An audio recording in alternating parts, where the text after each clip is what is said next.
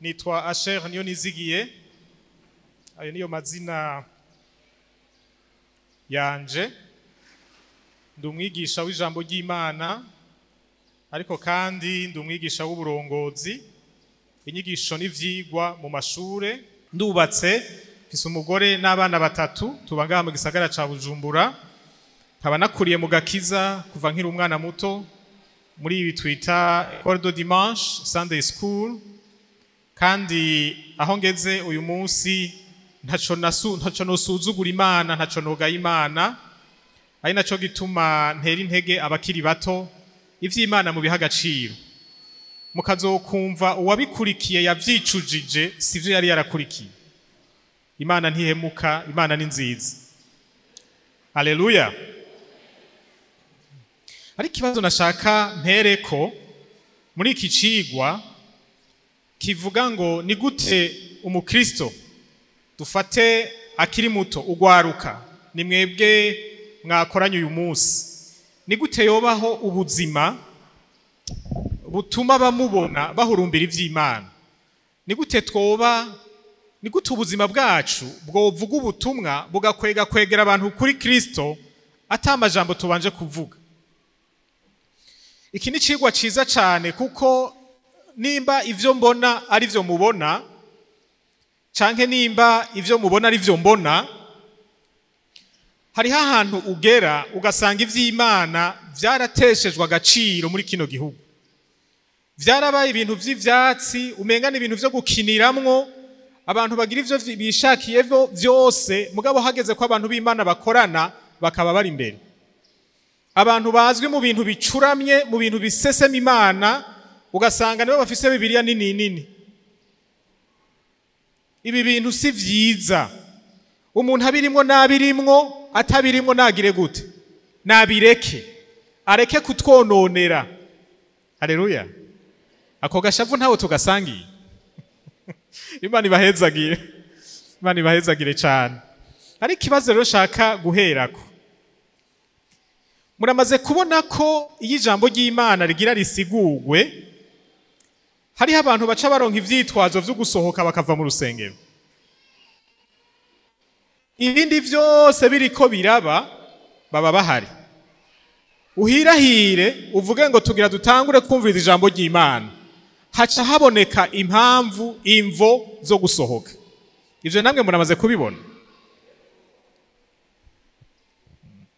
Ni vyiza ko mwabibonye. Igihe kimwe inyoni zitwa agaca n'inyoni ibanguse cyane, sinini gose, ihakwa kungana n'inuma, ariko n'inyoni ibangutse cyane, mbere kubanguka kwayo irajya n'utundi tunyoni duto duto iyo twasamaye. Izo nyoni rero umunsi umwe zakoraniye ahantu mu ishamba kugira ngo zigirire umunsi mukuru. Zikoranye zirotsa inyama, akamoto kazo karakwiragira hirya no hino. Imbata yari kwiraca hafi, yumva ako kamoto. Mu bisanzwe imbata ntirya inyama, ariko sinzi ngene vyayigendeye, yumvise ako kamoto icijayo ngo igiye kuraba ibiriko biraba. Ishitse isangana umunsi mukuru w'inyoni zitwa uduca. Muga biravye isanga iruhande y'inyama hariho ibindi vyo kurya nayishoboye. Iciravuga ngo naho uko biri kose, ngo naho tudasa n'agaca 100%, ngo naje ndi nyoni icijamwo. Mugabo izo zindi zirayibwira ziti ariko wewe naho utujemwo, we nturagaca. Nayiti none ntimufise amababa nkagira yandi, kubera iki munyirukana? Ziti nta kibazo, biragusha. Hanyuma zija mu munsi mukuru. Muri ako karere hari abahigi bakunda guhiga cyane. Hari umugani baca mu Kirundi ngo urubuze inkware wabuze ibiryoshe, ucupfa kuraba ivyo wopfa guhitana kugira ngo ntuburare. Abo bahigi bararondeye impongo barabura. Murabizi iyo abahigi bariko barahiga baba bipfuza inyama nyinshi, ariko iyo babuze impongo bakabona inkware barayihitana. Baravuga ngo hakurya ubugari bwonyene wopfa bukoze inyama nto. Sinzi ngene bumvise ubwo gwamo baca barakika makuraba basanga ni bwa buca bukoranye harimwo na yambata. Kubera ubuca bubangutse kandi burumva cyane kurusha imbata, bwabonye uwo muhiga kiri kure buba bwagurutse bwose. Yambata murabizi ko itazi kuguruka, ikitangura kwiruka na wa muvuduko wayo, bayifatishije amaboko. Nta n'umwampi biriwe bararasa, bayitoje amaboko. Iyo turi hano mu nzu y'Imana, uturabira hanze arashobora kubona umenga twese turi kimwe, ariko imbata n'agaca ntibisa. Naho umuntu yokwigirisha akagerageza kwigana abandi, hariho ikorosi tutazorengana. Si umuntu wese ashobora gutuma abamuraba bakunda ivy'Imana. Hariho abantu bari mu mashengero, iyo abatazi Imana bababonye bumva banse ivy'Imana. Kuba witwa umukirisu, kuba warabatijwe, kuba ufise ibi na biriya bikuranga nk'uko umenga uri umukirisu mu bandi, ntibihagije. Iri jambo rivuga ngo ni gute noba umuntu atuma abambona bahurumbira ivy'Imana, rirafise ico risaba. Si ibintu vyo kwigana, si ibintu vyo kwigirisha. Haleluya, amen. Narasomye iri jambo mwagize icivugo c'iki gikorane, imigezi y'Inegebu, birantera kwibaza ibibazo nti ni kubera iki mwatoye iri jambo. Kumbure abaritoye ndazi neza yuko bagiyumviriye ko barafise igituma, ariko sinzi ko twese dutahura imigezi y'Inegebu icarico. Ni jambo ryanditse muri Zaburi 126 umurongo wa 4. Ni Zaburi ivuga ku gihe Abisirayeli bari barakuwe mu kinyagano, bibuka ingene banezerewe bakuweyo. Hamwe Uhoraho yagarukana ab'Isiyoni bari barambukanywa ari nyagano, twari tumeze nk'abarota. Byari ibintu biryoshe cyane, byari ibintu biturengeye. Ico gihe akanwa kacu kari kuzuye akamwemwe, n'indimi zacu zari zuzuye indirimbo. Ico gihe mu mahanga bavuga bati Uhoraho yabakoreye ibikomeye. Ni koko Uhoraho yadukoreye ibikomeye, natwe turanezerewe. Niyo majambo bariko baravuga. Ku murongo wa 4, Uhoraho abambukanywe ari nyagano utugarukane tumere nk'imigezi y'Inegebu. Iri si jambo ryandikiwe abarundi igihe ryandikwa, si jambo ryanditswe rifatiye ku bibazo dufise twebwe uyu munsi. Noneho murabona n'aha hantu hitwa Inegebu si mu Burundi. Iyo haba mu Burundi bari kuvuga ngo utugire nk'imigezi sinzi yo mu Gahahe canke yo mu Carama canke yo mu Gatumo canke ahandi hantu. Iri zina niryo muri Isirayeli, n'ahantu h'ubugaragwa, ahantu haba imvura nke cyane, ivyatsi vyaho usanga bitameze neza, bidatotahaye. Iyo rero habonetse imigezi, no kuvuga ko haba imvura hakaboneka amazi, bitera umunezero ababa muri ako karere, bitera ivyizigiro bati tuzoronka ivyo dufungura. Iyi mvugo iragoye kumva ku Burundi, ku Barundi, kuko Burundi dufise amazi menshi, ntidufise ingorane y'amazi make. Abantu baba mu bugaragwa nibo batahura icarico umugezi wo mu bugaragwa. Iyo amazi abuze cyane abantu barapfa kubera inzara, ibitungwa birapfa kubera inyota. Twebwe dufise amazi menshi kugeza naho adutera, ariko si yadutera niko tuyatera, niko tuyarengera tukayasanga iyari. Uhoraho tugire isoko y'ivyizigiro mu bantu, nka kurya iyi Negebu habonetse amazi abantu banezerwa, abariko natwe abantu banezerwa iyo batubonye. Uturinde ntitube babandi bagwiza ikibi aho bari, ntituba abantu ukubaho kwabo ataco guhindura. ivyari bimeze nabi biguma bimeze nabi nk'uko womenga siho bari. Utugira abantu kubaho kwabo kuza n'ubudasa gutuma bari bababaye banezerwa. Umwe yatubajije ikibazo ngo niwashaka kumenya nimba vy'ukuri uri kurakora ico Imana yakuremeye, uza wibaze iki kibazo uti hamwe nopfa isi yohomba iki? Hamwe wovaho abantu bohomba iki? Kuba abantu ubuzima bwabo butuma abandi bipfuza kuba abakristo. Kuba abantu bameze nk'imigezi mu bugaragwa. Abantu ukubaho kwabo gutera abandi ivyizigiro. Nico iri jambo risigura.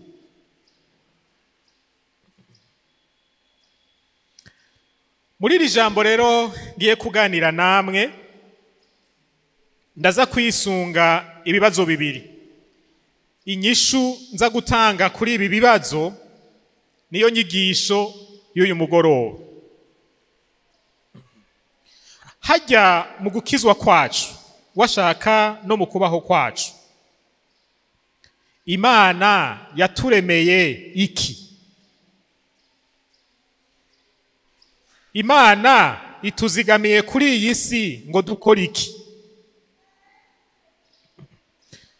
Ko kuba mu ijuru ari byo vyiza kurusha kuba mu isi, ni kubera iki turekeye ngaha? Ni igiki idashaka ko kitagenda neza hamwe twohava? Sinzi ko iki kibazo twama dufata umwanya wo kuciyumvirako umuntu ku gatwe kiwe. Twahamagariwe kuba iki? Ko Imana yaduhaye agakiza ntitujane mu ijuru ikatugumiza ngaha, yabigiriye iki? Nukugira ngo dukore iki? Mu kwishura iki kibazo turisunga amajambo abiri. Ijambo rya mbere riri muri Matayo 5 uhereye kuri 13 ugashika kuri 16. Matayo 5 uhereye 13 ugashitsa 16. Ico tubereyeho kuri iyi si. Matayo 5:13 gushika kuri 16. Haravuga ngo muri umunyu w'isi, ariko iyo umunyu heze uburyohe ubu kiryoshwa n'iki? Ntacuba kimaze atari ugutabwa hanze ugahonyangwa n'abantu. Muri umuco w'isi, igisagara cubatswe kwitaba ry'umusozi ntigishobora guhishwa.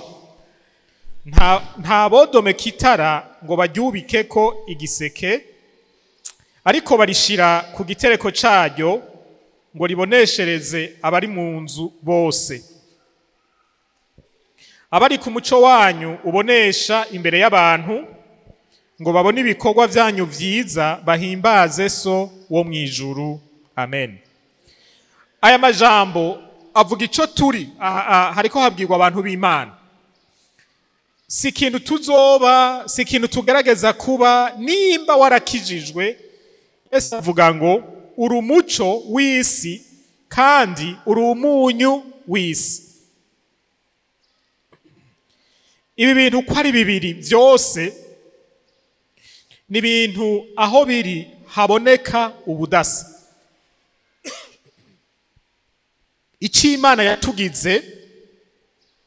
yatugize abantu bazana ubudasa aho bari. Abantu batuma ubuzima bwari bubishe buryoha. Murazi yuko umunyu tuwushira mu vyo kurya kugira ngo biryohe. Imana yatugize abantu batuma ibintu vyari bihari bitameze neza bimera neza. Murazi ko hari umuco, haba umuco nyene hakabona, hatandukanye n'ahantu hatabona. Aya majambo umwijima n'umuco turayabona mu bindi bisomwa vyo muri Bibiliya, aho Bibiliya ivuga ngo turabana b'umuco, tugendere mu bikorwa vy'umuco, twirinde ibikorwa vy'umwijima, mbere bagatanga n'urutonde rwavyo. Aya majambo uravye ingene ahera, ingene Matayo yarangije ayavuga. Yavuze ngo abe ariko umuco wanyu ubonesha imbere y'abantu ngo babone ibikorwa byanyu vyiza. Uyu muco uvugwa samajambo, si impuzu twambaye, si ingene dusa mu maso, naho navyo nyene bifise ico bimaze. Ni ibikorwa vyiza dukora. Aha rero subiye inyuma nkagaruka kuri ya nkuru y'imbata n'agaca n'ubuca. Iyo umuntu yigize umukristo canke yaciye mu nzira zitarizo mugabo agashika mu bandi,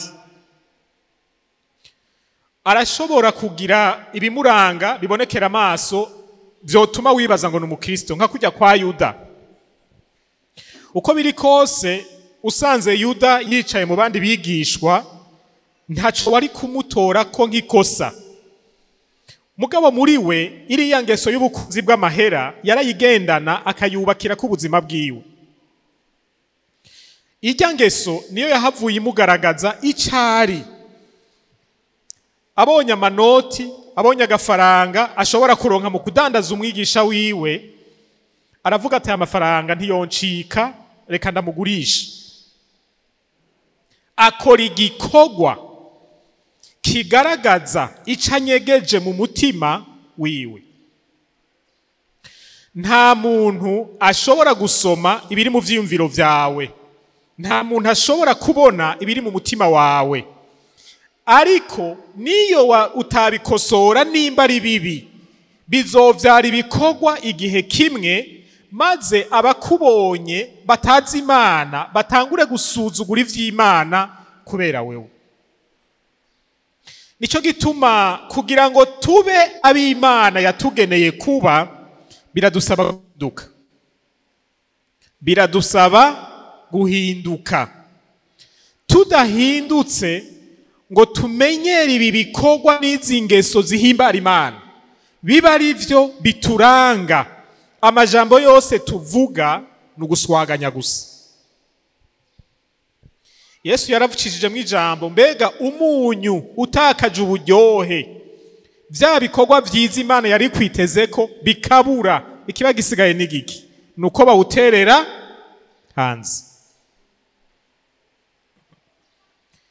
Aha hantu harimo inyigisho nyinshi.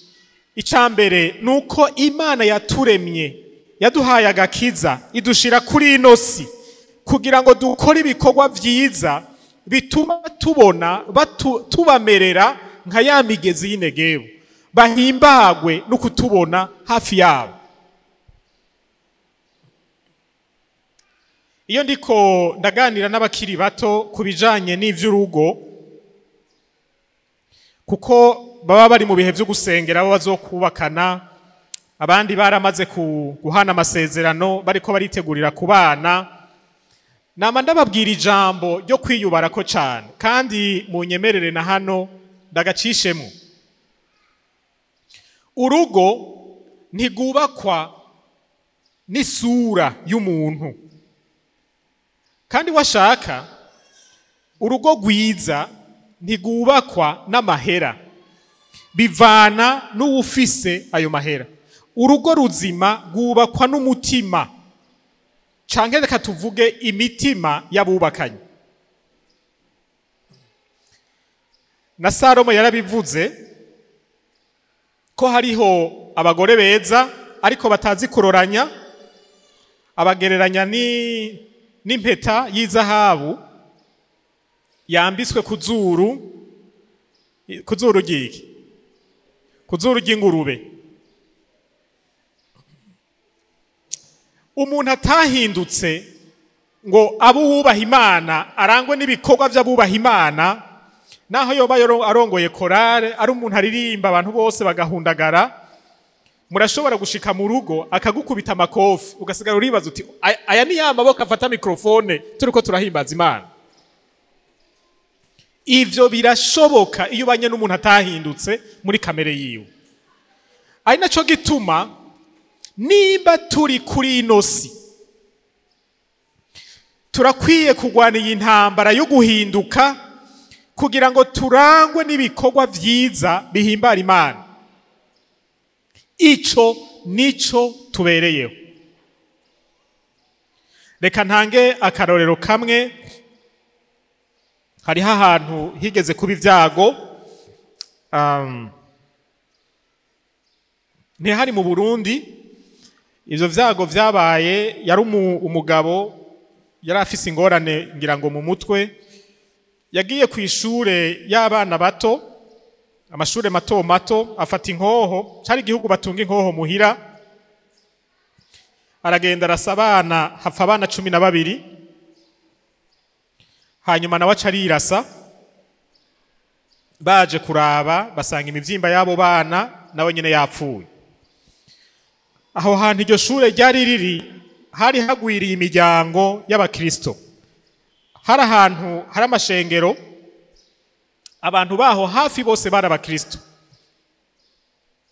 Hanyuma abavyeyi babo bana ku munsi wo kubahamba baragize inama, baravugana bati ego nivyo twabuze abana bacu, mugabo kandi turafise umugore mugenzi wacu nawe yabuze umugabo. Uyu mugabo naho yatwiciye abana, nawe yasize umugore n'abana. None uyu muryango wo wabuze tuwukorera iki?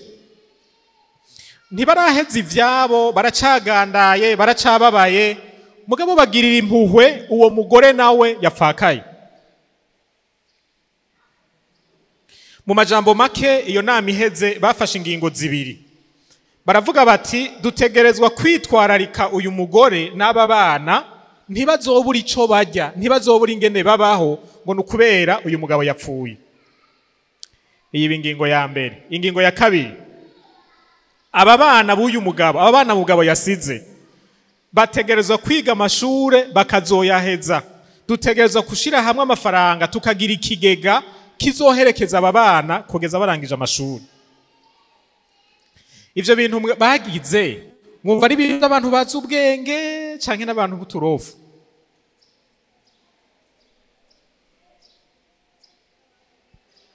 Ko muciye mujinyika gose, nimuvuge ndazi ko muriko muriyumvira. Murashobora no kubivugana hagati yanyu. Ivyo bintu bagize mwumva ari ibintu bizima vy'abantu bagikomeye mu mutwe. Urashobora kurihira amashure y'umwana w'umugabo yisha abana bawe?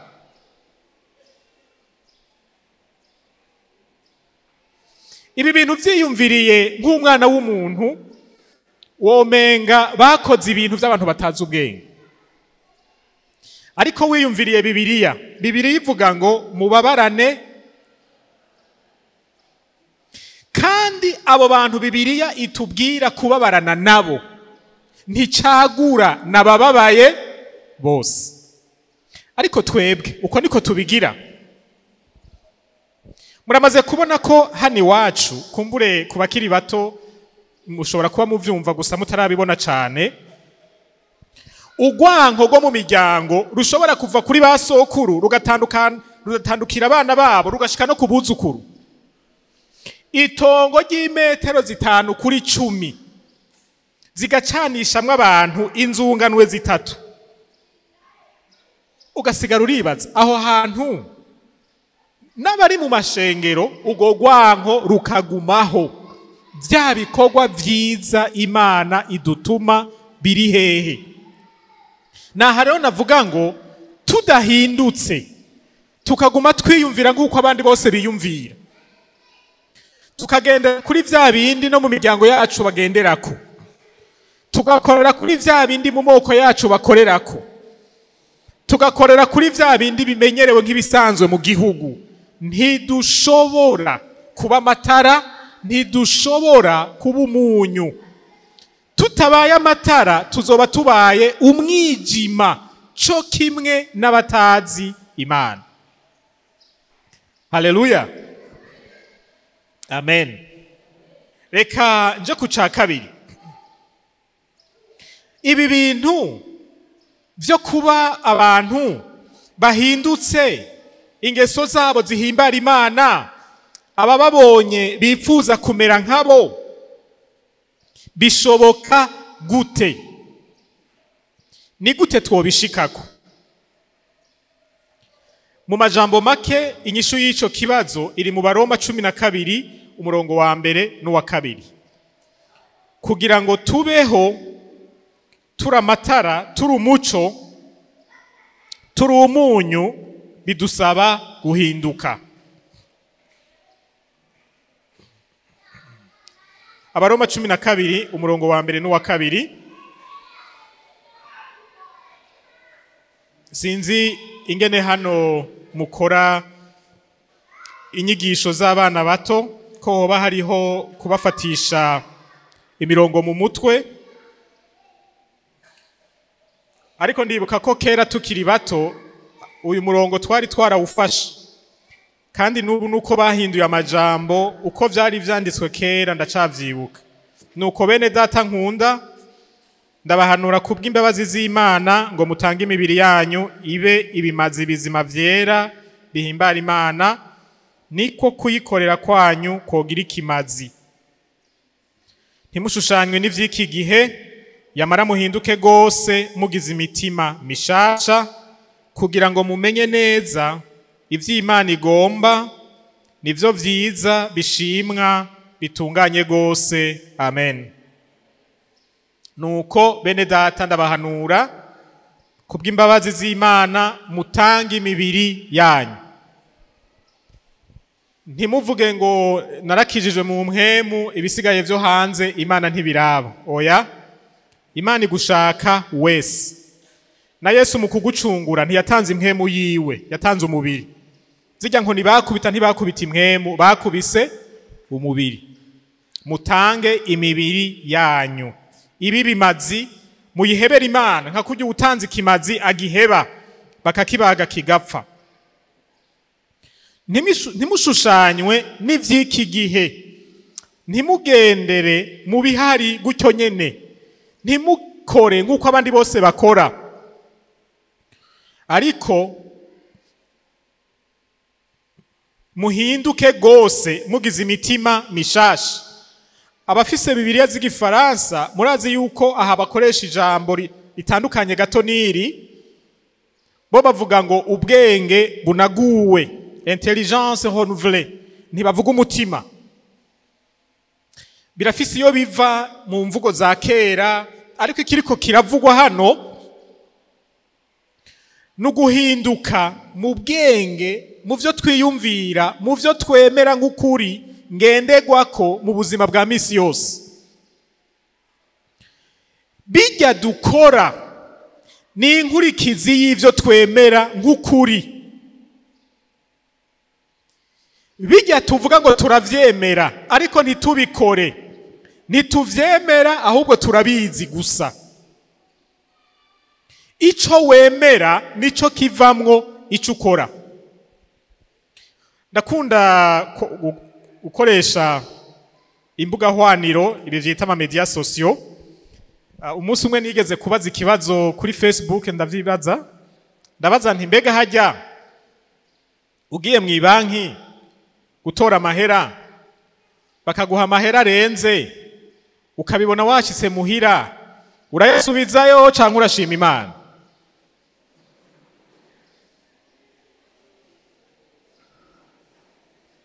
Aha ntawo yagumana yicaye ngaha.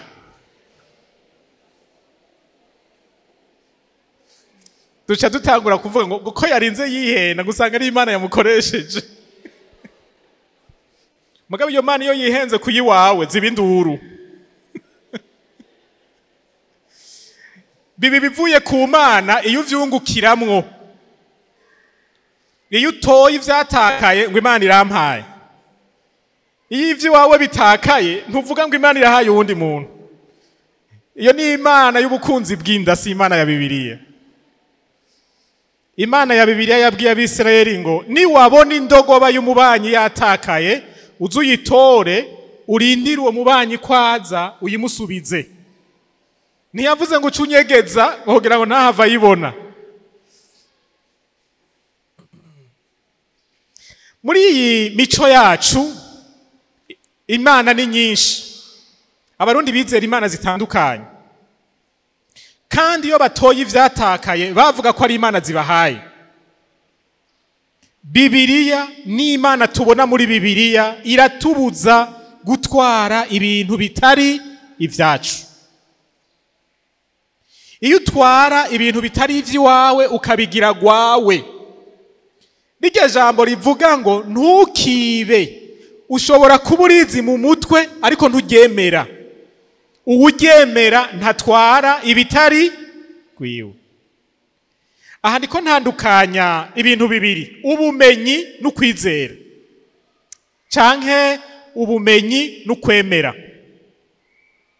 Nimba nemera ko abantu bose baremwe mu ishusho y'Imana, sinzokwanka umuntu kubera ubwoko bwiwe. Ninanka umuntu kubera ubwoko, rirya jambo rivuga ko twese twaremwe mu ishusho y'Imana, ndarizi mu bwenge mugabo sindaryemera. Ivyo nkora nivyo vyerekana ivyo nemera. Aha nyene tukiri ngaha, nta bintu tuzi muri Bibiliya ariko tutagendera. Birahari. Nimba bihari rero, kuba umuco ntavyo tuzoshobora. Hazogera igihe duse n'umwijima, kuko bimwe mu vyo twemera nivyo n'abatazi Imana bemera. Nico gituma hagera igihe n'ibikorwa vyacu bikamera co kimwe. Kare navuze kugwaruka, nama nkunda gushira imbere ndabahanura mwitwararike kubana n'abantu bubaha Imana. Ibindi vyose bize mu nyuma, mushira imbere kubaha Imana. Kuko mu rugo hariho igihe mukenera kugwana intambara muri kumwe. Kugira ngo musangire intambara bisaba ko muba mwemera bimwe. Ejo ni mwabana bikagorana ko muronka umwana mu myaka 5 ya mbere, ntuzosange wisonzesheje uri kuratakambira Imana nawe yamaze kuzana igiheko yakimadise munsi y'igitanda, yinjije amadayimoni mu cyumba cyanyu. Hariho abakirisu babikora, kuko naho bavuga ngo naho basoma ko Imana ari itanga abana, barabizi mu bwenge mugabo ntibavyemera. Iyo ibihe bigoranye baca basubira ku bapfumu, kuko nivyo bemera mu vy'ukuri. None ivyo Imana yahishuye mu ijambo ryayo uravyemera canke urabizi gusa? Ababizi gusa batavyemera ntibabikora. Iyo batabikoze ntibaba umuco. Mu mwanya umwe womengana umuco, mu wundi mwanya bagasa n'umwijima. Ababizi gusa batavyemera, no kuvuga batabikora, bameze nka yambata yicaye mu zindi nyoni. Utitonze cane wo kwibaza ngo nayo nagaca, uza kubimenya umuhigi ahashitse. Bameze nka babandi babwira Yesu ngo erega ngo twaravugishwa mu izina ryawe, ngo n'amadayimoni twarayirukana mu izina ryawe. Nawe ababwira ati abo mugabo je ntaho ndabazi, ivyo mwakoze ni mutware ntimwabikoreye jewe. Bantu b'Imana, mu kurangiza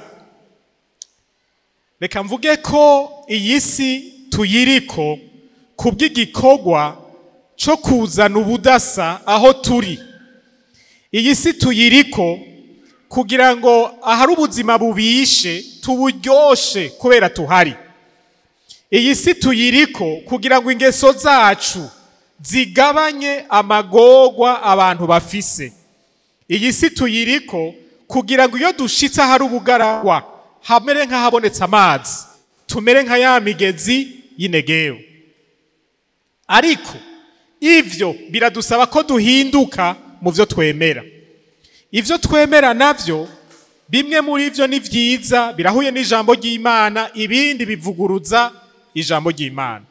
Ikizodushoboza guhinduka nuko ijambo ry'Imana ritunyengetera rigahindura ivyo twemera, maze navyo bihindutse bigahindura ingeso zacu. Aha rero hari ikibazo kivuga ngo imyaka Imana yaduhaye kubaho izotubaza nitwayiseruka imbere ingene twayikoresheje muri iki gikorwa. Ntibizogarukira ngaha, hariho igihe tuzorengutswa imbere yayo tubazwe ingene twakoze iki gikorwa twari tubereyeho. Ari naco gituma iriya ngeso yo kudaha agaciro ijambo ry'Imana, umuntu akicara hakiriko hararirimbwa indirimbo akumva n'amahoro, mugabe ijambo ry'Imana ritanguye akabageze ku muryango, bijya ni ukwikwegera ibizotuma ducibwa urubanza. Nico gituma iyi ngeso dufise y'ukwatura intege nke, mbere reka ndabwita ubube gito, tukabwirata ngwerega abarundi ntidusoma ngo nibisanzwe kudasoma Bibiliya. Ibi bintu twihaye bizodukwegera inkurikizi mbi. Natinye kubaza ikibazo mu ntango, ntininde amaze gusoma isezerano rishasha agahera kuri Matayo akaja kuri Mariko agashika ku vyahishuriwe Yohana adahagaze. Naho woruhuka iminsi mugabo ukabandanya kugeza uhejeje. Hari uhari? Uhari naca duza gose kuko hari abazi ko bidashoboka. Imana igire gute? Ibahezagire cyane. Amen. Ko ndabaronse, reka nduze volume gatoya. Hari urahera mu itanguriro agashika mu vyahishuriwe Yohana? Abantu mwari muzi ko bidashoboka, ndabasavye murabe abamaze kubikora. Aba bazobatsindisha. Muzovuga ngo urumva Mana ngo twara abarundi ngo abarundi ntibasoma, nabo bati naje nari umurundi, uvuge make. Twara abana mu carama wewe. Regidezo yaracika, oya izuba ryaraseruka hakaboneka umuco ku murango. Nta mwanya nari ifise, oya ibihuha vyo kuri WhatsApp warabironkera umwanya. Nta munsi numwe waraye utariye hari ivyo kujya mu nzu. Ujya mwanya wo gufungura, iyo heba gufungura bari gusoma. Haleluya. Imana ibahezagire cyane. Ngaba abazodutsindisha abantu mudasoma Bibiliya ngo abarundi ntibasoma, none abasaba abarundi. Mureke kwatura intege nke, mureke kwirata intege nke, mwemere twige, twicare, dusome, dusubiremwo, turimbure kugira ngo ivyizegwa vyacu bihindurwe n'ijambo ry'Imana, maze bihindutse n'ingeso zacu zihinduke, dushobore kuba ya migezi y'Inegebu. Kubivuga gusa ntituzobishikako niyo tutakora ico bisaba. Uwo babaza ico bakuye mu gusoma Bibiliya yose, sinkekeranya si ibintu bakuyemo. Jewe narabikoze inshuro zirenga rimwe, igihe cyose nasomye Bibiliya nkayiheza hariho ibintu ntakibona uko nabibona mu ntango. Bibiliya irimwo ububasha bwo guhindura ingene ubona ibintu. Gushika n'uyu munsi hariho ibintu vyambayemo bingora gusigura ingene vyagenze. Yesu asengera abigishwa ngo Data ubezeshe ukuri, ijambo ryawe niryo kuri. Reka rero turangize twirimbura.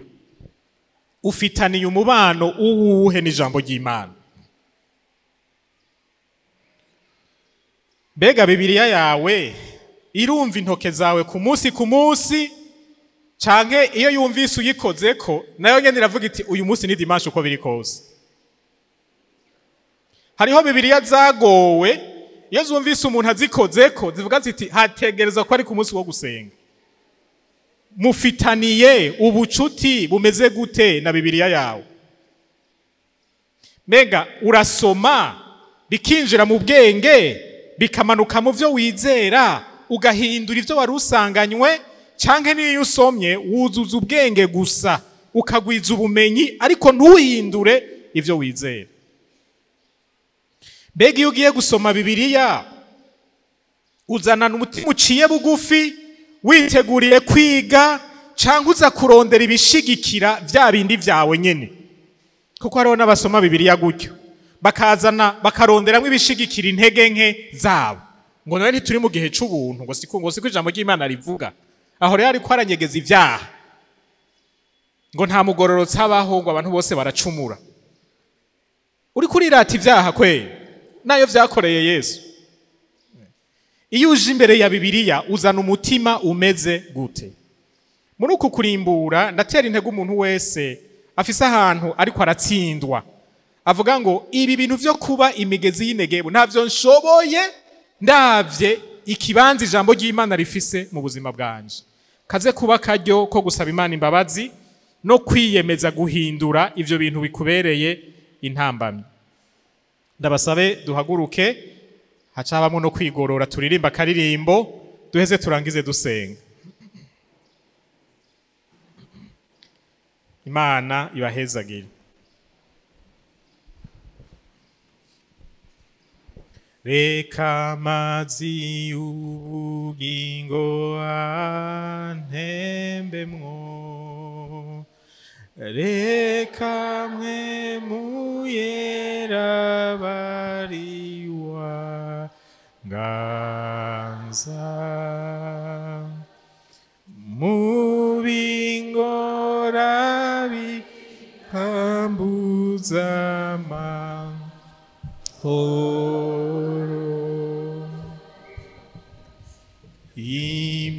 imitwaro yanje ndayimu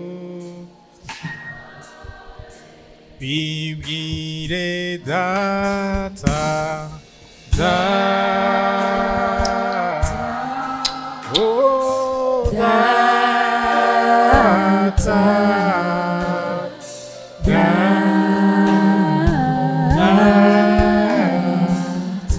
bibwire Yesu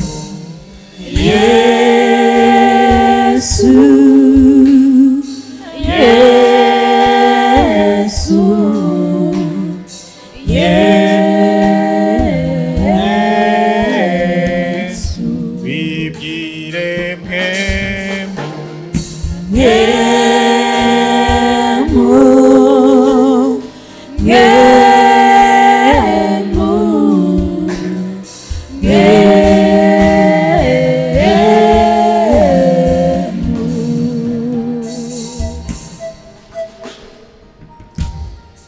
Mana turagushimiye kubw'amajambo meza, turagushimiye ko watugize abantu wizigiye muri iyi si, ukadushira muri iki gihugu kugira ngo tube umuco w'abarundi, tube umunyu uryosha ubuzima bw'abarundi. Turaciye bugufi Imana imbere y'inyonga zawe, dusaba imbabazi aho twitwaye nabi hose. Hari igihe twajanye n'ibihari, dukora nk'uko abandi bakora, tuvuga nk'ivyo abandi bavuga, rimwe na rimwe kubwo gutinya kuboneka nabi, ikindi gihe kubwo kutamenya, tuba umwijima kandi twari twagenewe kuba umuco, tuba umunyota kandi twari twagenewe kuba umunyu. Hari igihe natwe twazanye ubugaragwa mu bugaragwa Mana, aho kuba amazi aruhura abanyotewe, aho kuba inzuzi zizana ubuzima mu bantu. Hari igihe natwe twavuze amajambo ateranya, azana urwanko. Hari igihe twakoze ibikorwa bikomeretsa imitima y'abantu. Mana turagusaba ngo duharire, turagusaba ngo tugirire imbabazi. Suko dukwiriye kubaho, si ico tubereyeho, si ico waduhamagariye Mana. Ubuntu bwawe butwikire umwe wese muri twebwe. Kubwo gutsindwa kwacu Mana, turitakambiye ngo amaraso yawe atweze, ewe mwagazi w'Imana. Hanyuma uheze ufashe umwe wese ku ruhande atsindwako. Ntibitubereye kumenya ukuri, ariko ngo tubeho nk'abatakuzi. Turagusaba inkomezi zo guhindura no gukosora, indero nshasha yo kwiga no kurimbura ijambo ryawe,